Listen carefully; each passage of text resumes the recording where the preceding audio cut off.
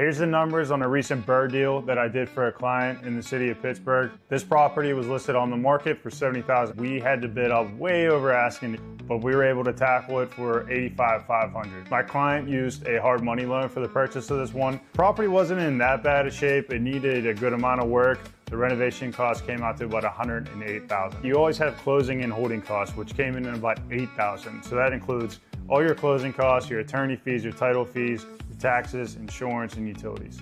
You also have your financing costs if you're using hard money. That came in to about $7,000, and that was including the underwriting fees, your interest, your loan points. So our all-in cost at this point was $208,000, including the purchase price, all the closing costs, and holding costs. The ARV after the appraisal came in at $273,000.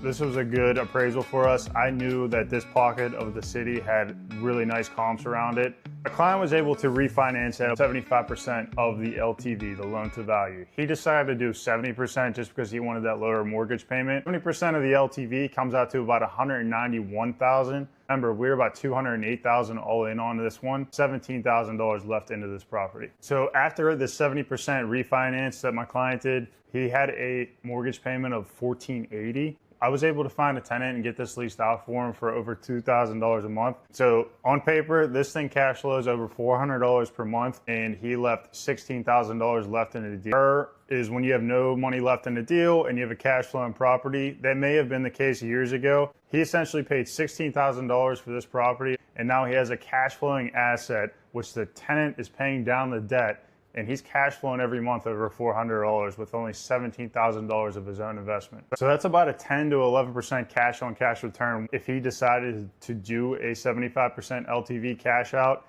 he would only had $3,500 left into the deal, and it still would have been cash flowing quite a bit. Reach out to me if you want to do a deal like this in Pittsburgh.